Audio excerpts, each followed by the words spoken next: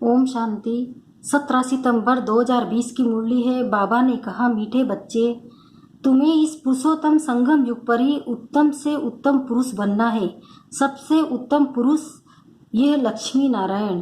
प्रश्न है, तुम बच्चे बाप के साथ साथ कौन सा एक गुप्त कार्य कर रहे हो? उत्तर, आदि सनातन देवी देवता धर्म और देवी राजधानी की स्थापना। तुम बाप के साथ गुप्त रूप से यह कार्य कर रहे हो। बाप बागवान हैं जो आकर कांटों के जंगल को फूलों का बगीचा बना रहे हैं। उस बगीचे में कोई भी खौफनाक दुख देने वाली चीज होती नहीं है। गीत, आखिर वह दिन आया आज। ओम शांति। रूहानी बाप बेट रूहानी बच्चों को समझाते हैं, समझाएंगे तो जरूर शरीर द्वारा। आत्मा शरीर बिगड़ कुछ भी कार्य कर नहीं सकती। रूहानी बाप को भी एक ही बार पुरुषोत्तम संगम युग पर शरीर लेना पड़ता है। यह संगम युग भी है, इनको पुरुषोत्तम युग भी कहेंगे, क्योंकि इस संगम युग के बाद फिर सतयुग आता है। सतयुग को भी पुरुषोत्तम युग कहेंगे। बाप आकर स्थापना भी पुरुषोत्तम युग की करते हैं। संगम युग पर आते हैं तो जरूर वह भी पुरुषोत्तम युग हुआ। यहाँ की ही बच्चों को पुरुषोत्तम बनाते हैं। फिर तुम पुरुषोत्तम नई दुनिया में रहते हो। पुरुषोत्तम अर्थात उत्तम ते उत्तम पुरुष ये राधे कृष्ण अथवा लक्ष्मी नारायण है। ये ज्ञान भी तुमको है और धर्म वाले भी मानेंगे बरोबर। यह है विन के मालिक है। भारत की बड़ी भारी महिमा है, परंतु भारतवासी खुद नहीं जानते। कहते भी है ना, फलाना स्वर्गवासी हुआ, परंतु स्वर्ग क्या चीज है ये समझते नहीं। आप ही सिद्ध करते हैं स्वर्ग गया, इसका मतलब नरक में था। हे विन, तो जब बाप स्थापन करे वो तो नई दुनिया को ही कहा जाता है। दो चीजें हैं ना, स्वर्ग और नरक। मनुष्य तो स्वर्ग को लाखों वर्ष कह देते हैं। तुम बच्चे समझते हो कल स्वर्ग था, इन्हों की राजाई थी, फिर बाप से वर्षा ले रहे हो।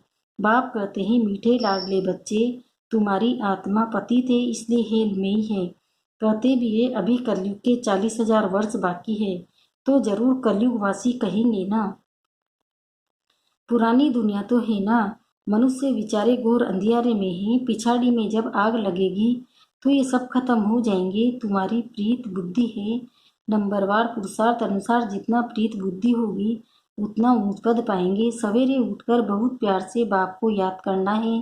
भल प्रेम के आंसू भी आए, क्योंकि बहुत समय के बाद बाप आकर मिले हैं। बाबा आप आकर हमको दुख से छुड़ाते हो।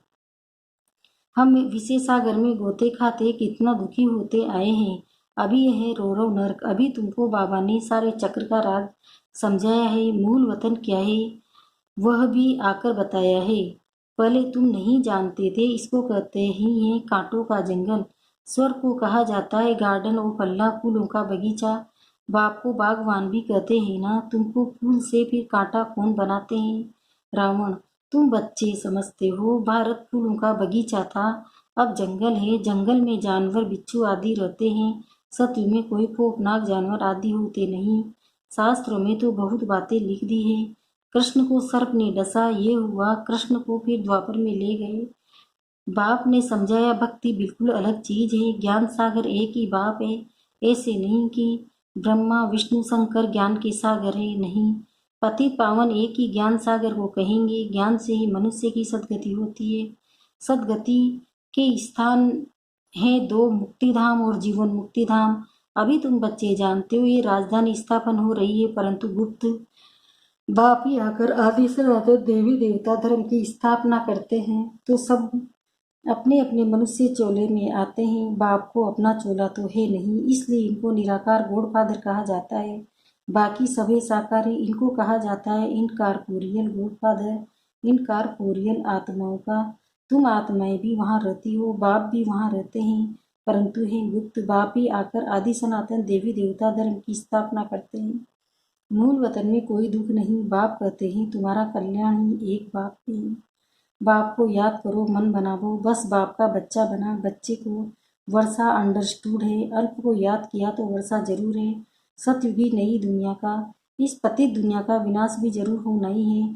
अमरपुरी में जाना ही है। अमरनाथ तुम पार्वतियों को अमर कथा सुना रहे हैं। तीर्थों पर कितने मनुष्य जाते हैं और अमरनाथ पर कितने जाते हैं? वहाँ है कुछ भी नहीं, सब एक ठगी, सच की रत्ती भी नहीं। गोया भी गाया भी जाता है, झूठी काया झूठी माया झूठा सब संसार। इसका भी अर्थ होना चाहिए यहाँ है झूठ। ये भी ज्ञान की बात है। ऐसे नहीं कि ग्लास को ग्लास कहना झूठ है, बाकी बाप के बारे में जो कुछ बोलते हैं वह झूठ बोलते हैं। सच बोलने वाला एक ही बाप है। अभी तुम जानते हो, बाबा आकर सच्ची सच्ची सत्यनारायण की कथा सुनाते हैं। झूठ हीरे मोती भी होते हैं, झूठे हीरे मोती भी होते हैं। आजकल झूठ का बहुत शो है। उनकी चमक ऐसी होती है, सच्चे से भी अच्छे। ये झूठे पत्थर पहले नहीं थे, पिछाड़ी में विलायत से आए। झूठे सच्चे साथ मिला देते हैं, पता नहीं पड़ता। फिर ऐसी चीज भी निकली जिससे परखते हैं। मोती भी ऐसे झूठे निकले जो जरा भी पता नहीं पड़ सकता। अभी तुम बच्चों को कोई संशय नहीं रहता। संशय वाले फिर जाते ही नहीं। प्रदर्शनी में कितने ढेर आते हैं। बाप कहते हैं अब बड़े बड़े दुकान निकालो, ये एक ही तुम्हारा सच्चा दुकान है। तुम सच्ची दुकान खोलते हो। बड़े बड़े सन्यासियों के बड़े बड़े दुकान होते हैं जहाँ बड़े बड़े मनुष्य आ जाते हैं। तुम भी बड़े बड़े सेंटर खोलो। भक्ति मार्ग की सामग्री बिल्कुल अलग है। ऐसे नहीं कहेंगे कि भक्ति शुरू से ही चली आई है। नहीं, ज्ञान से होती है सदगति अर्थात दिन। वहाँ संपूर्ण निर्विकारी विश्व के मालिक थे। मनुष्य को ये पता नहीं है कि लक्ष्मी नारायण विश्व के मालिक थे। सूर्यवंशी और चंद्रवंशी और कोई धर्म होता नहीं। बच्चों ने गीत भी सुनाए। तुम समझते हो आखिर वह दिन आया आज संगम का, जो हम आकर अपने बेहद के बाप से मिले, बेहद का वर्षा पाने के लिए पुरुषार्थ करते हैं। संगम में तो ऐसे नहीं कहेंगे आखिर वह दिन आया आज। वो लोग समझते हैं बहुत अनाज होगा, ये होगा, समझते हैं स्वर की स्थापना हम कल करते हैं, समझते स्टूडेंट का नया ब्लड है, ये बहुत मदद करेंगे, इसलिए गवर्नमेंट बहुत मेहनत करते हैं उन पर। और फिर पत्थर आदि भी वही मारते हैं हंगामा मचाने में। पहले पहले स्टूडेंट ही आगे रहते हैं, ये बड़े होशियार होते हैं। उनका न्यू ब्लड कहते हैं। अब न्यू ब्लड की तो बात नहीं, वो है ब्लड कनेक्शन। अभी तुम्हारा ये है रूहानी कनेक्शन। कहते हैं ना बाबा, हम आपका 2 मास का बच्चा हूँ। कई बच्चे रूहानी बर्थडे मनाते, ईश्वरी बर्थडे ही मनाना चाहिए। वो जिस्मानी बर्थडे कैंसिल कर देना चाहिए। हम ब्राह्मणों को ही खिलाएंगे। मनाना तो ये चाहिए ना। वह है आसुरी जन्म, यह है ईश्वरी जन्म। रात दिन का फर्क है। परंतु जब निश्चय में बैठे, ऐसे नहीं ईश्वरी जन्म मनाकर फिर जाए आसुरी जन्म में पड़े। ऐसा भी होता है, ईश्वरी जन्म मनाते मनाते फिर रफू चक्कर हो जाते हैं। आजकल तो मैरिज डे भी मनाते हैं शादी को, जैसे कि अच्छा शुभ कार्य समझते हैं। जन्म में जाने का भी दिन मनाते हैं। वंडर है ना बाप बेट, ये सब बातें समझाते हैं। अब तुमको तो ईश्वरी बर्थडे ब्राह्मणों के साथ ही मनाना है। हम शिव बाबा के बच्चे हैं, हम बर्थडे मनाते हैं तो शिव बाबा की ही याद रहेगी। जो बच्चे निश्चय बुद्धि है उनको जन्मदिन मनाना चाहिए। वह आसुरी जन्म ही भूल जाए, ये भी बाबा राय देते हैं। अगर पक्का निश्चय बुद्धि है तो बस हम तो बाबा के बन गए, दूसरा न कोई। फिर अंतमति सो गति हो जाएगी। बाप की याद में मरा तो दूसरा जन्म भी ऐसा मिलेगा, नहीं तो अंतकाल जो स्त्री से मरे। ये भी ग्रंथ में है। यहाँ फिर कहते हैं अंत समय गंगा का तट हो, ये सभी भक्ति मार्ग की बातें। तुमको बाप कहते हैं शरीर छूटे तो भी स्वदर्शन चक्रधारी हो। बुद्धि में बाप और चक्र याद हो सो जरूर।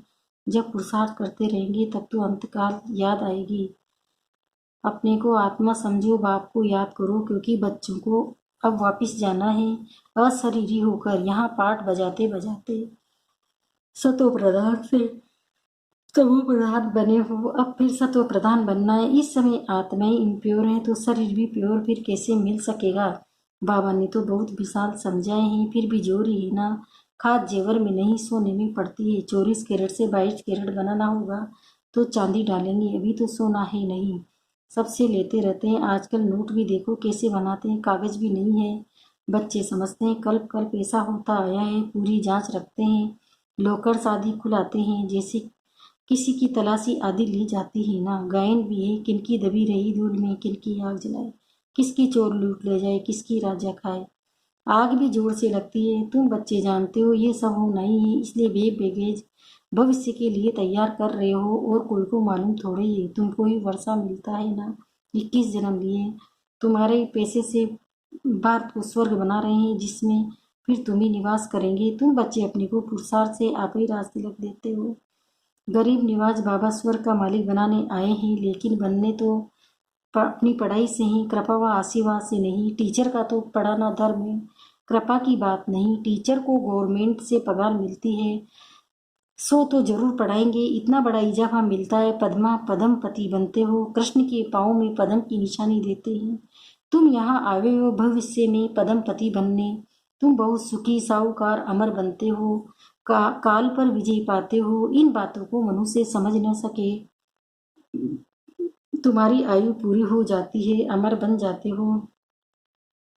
उन्होंने फिर पांडवों के चित्र लंबे चौड़े बना दिए हैं। समझते हैं पांडव इतने लंबे थे, अब पांडव तो तुम हो। कितना रात दिन का फर्क है। मनुष्य कोई जास्ती लंबा हो तो होता नहीं है, 6 फुट का ही होता है। भक्ति मार्ग में पहले पहले शिव बाबा की भक्ति होती है, वो तो बड़ा बनाएंगे नहीं।